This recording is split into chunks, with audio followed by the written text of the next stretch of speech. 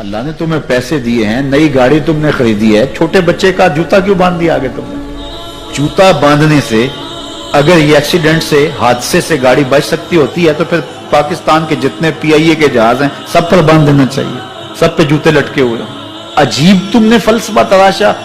کسی نے جو ہے وہ کالی رنگ کی پٹی باندھ دی نیچے, اس سے اس کو نظر نہیں لگے گی. گھوڑے کے پاؤں کے نیچے جو کھری لگی ہوئی ہوتی ہے, کچھ لوگوں نے اپنے گھروں میں وہ باندھی ہوئی ہوتی ہے کہ اس سے ہمارے گھر کے اندر کوئی مصیبت نہیں آئے گی, کوئی تکلیف نہیں آئے گی. کسی نے ہنڈیا اپنے گھر کے اوپر الٹی رکھی ہوئی ہوتی ہے, یہ ہنڈیا بچا لے گی. اور میاں ہنڈیا کیا بچائے گی تجھے؟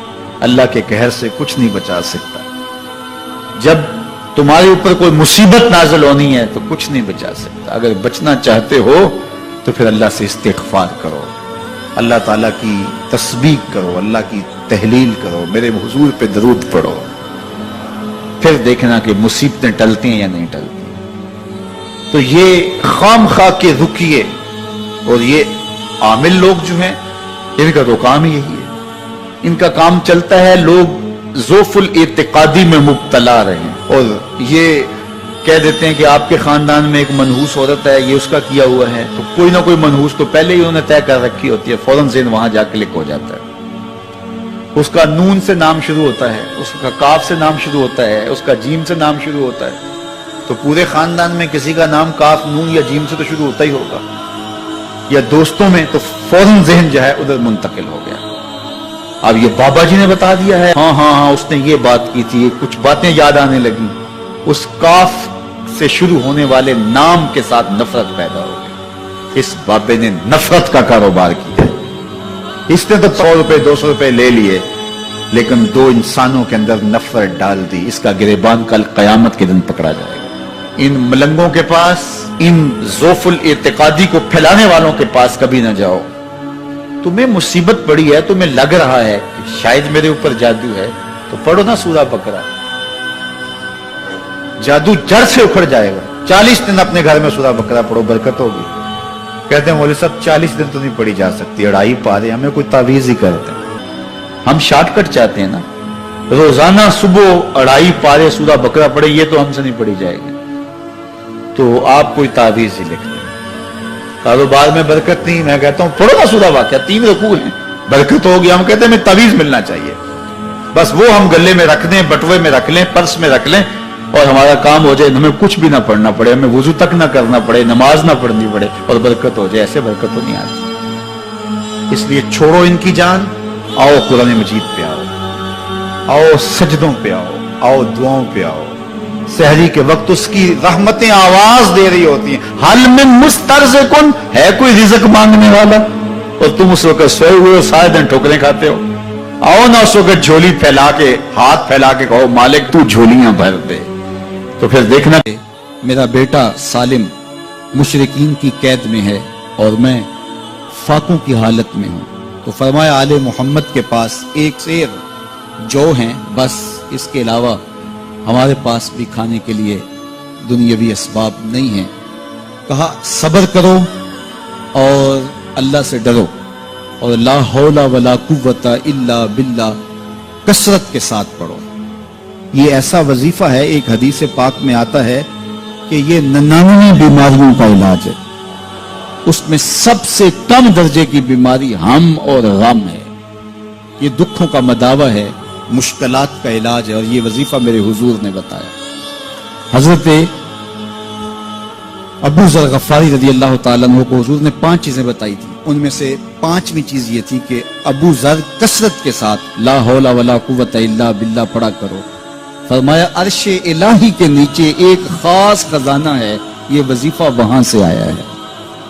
یہ زندگی میں معمول بنا لو, جب پھنس جاؤ, مشکلات میں آ جاؤ, تو لا حول ولا قوت الا باللہ پڑھو, اللہ راستے کھولے گا. تو حضور نے 3 چیزیں فرمائی, اللہ سے ڈرو, صبر کرو, اور کثرت کے ساتھ لا حول ولا قوت الا باللہ پڑھو. وہ فرماتے ہیں کہ میں یہ عمل شروع کیا, ابھی گھر میں بیٹھا ہی تھا کہ دروازے پہ دستک ہوئی, تو میں اٹھا کہ دروازہ کھولوں دیکھوں کہ کون ہے. تو دروازہ کھولا, دیکھا میرا بیٹا کھڑا ہے اور اس کے پیچھے 100 اونٹ کھڑے ہیں. تو میں نے کہا کہ تم اور یہ اونٹ؟ کہا مجھے موقع لگ گیا, میں ان کی قید سے بھاگ آیا. وَيَرْزُقْهُ مِنْ حَيْثُ لَا يَحْتَسِبُ، وہ تمہیں وہاں سے رزق دے گا جہاں سے تمہیں گمان بھی نہیں۔ اس کے ہو کے تو دیکھو، اللہ اکبر، اللہ کے ہو جاؤ تو پھر وہ تمہاری ضرورتوں کا کفیل ہو جائے۔ فرمایا حضرت عبداللہ ابن مسعود رضی اللہ تعالیٰ عنہ نے کہ کسی شخص کو فقر و فاقہ آ جائے تو وہ لوگوں کو بتائے کہ میں آج کل بڑے مشکل حالات میں ہوں، ہر وقت لوگوں کو بتاتا رہے تو اس کی مشکل بڑھے گی، اس کی مشکلیں آسان نہیں ہوں گی اس طرح۔ اور اگر وہ اپنی اس مشکل کو کسی سے شیئر نہ کرے بلکہ مصلی بچھا کے اپنے رب سے کہے کہ مالک فقر و فاقہ آ گیا ہے اور اس کا علاج تیرے پاس ہے، اس مرض کا مداوع تیرے پاس ہے۔ حضرت عبداللہ ابن مسعود فرماتے ہیں کہ رسول کریم نے فرمایا جلد یا بدیر اللہ اس کو مالا مال فرما دے۔ یہ بھی کبھی کر کے دیکھو، مشکل آ جائے، فاقہ آ جائے۔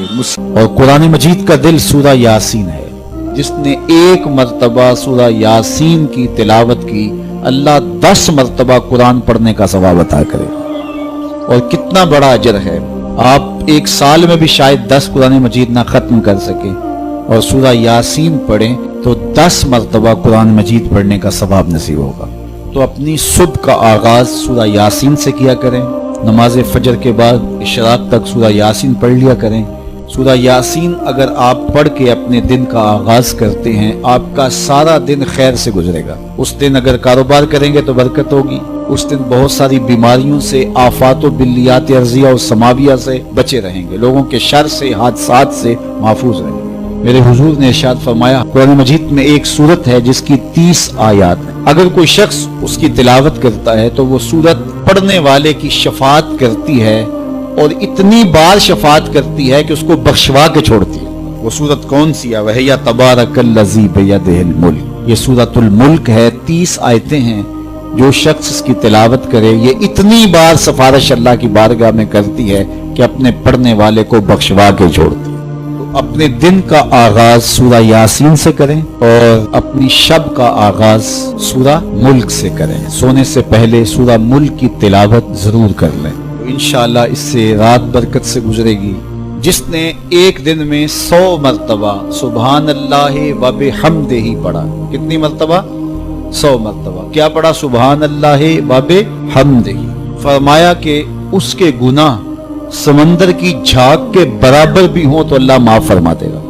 تو یہ اپنے وظائف میں شامل کر لیجئے، سبحان اللہ و بحمدہ۔ اور حدیث بخاری ہے کہ 2 کلمے ایسے ہیں جو اللہ کو محبوب ہیں اور زبان پر مشکل نہیں، زبان پر بڑے آسان ہیں، اور جب میزان پہ رکھے جائیں گے تو پلڑے کو جھکا دیں گے، بڑے بھاری ہیں میزان پہ۔ وہ 2 کلمے یہی ہیں، سبحان اللہ و بحمدہ، سبحان اللہ العظیم۔ تو اگر اس کو 100 مرتبہ روزانہ پڑھے تو سمندر کی جھاگ کے برابر بھی گناہ ہو تو اللہ معاف فرما دیتا ہے۔ اللہ فرماتا ہے ما یفعل اللہ بعذابکم، وہ تمہیں عذاب دے کے کیا کرے گا؟ ذرا لہجہ دیکھیے، ذرا انداز، ما یفعل اللہ بعذابکم، وہ تمہیں عذاب دے کے کیا کرے گا؟ تم اس کی مخلوق ہو، اپنے دستے قدرت سے اس نے تمہیں بنایا ہے، تو وہ تمہیں عذاب دے کے کیا کرے گا؟ اس کی ضرورت نہیں ہے کہ تمہیں عذاب دے، نہ اس کی چاہت ہے کہ تمہیں عذاب دے، کوئی خود چھلانگے لگائے تو اس کی مرضی۔ فرمایا کہ ما یفعل اللہ بعذابکم، وہ تمہیں عذاب دے کے کیا کرے گا؟ ان شکرتم وآمنتم، اگر تم شکر ادا کرو اور ایمان لاؤ تو وہ تو قدردان ہے جو کوئی اس کا شکر کرتا ہے اور جو اس پر ایمان لاتا ہے۔ تو اللہ اس کے لیے عذاب نہیں رکھا، اس کے لیے رحمتیں رکھی ہوئی ہیں۔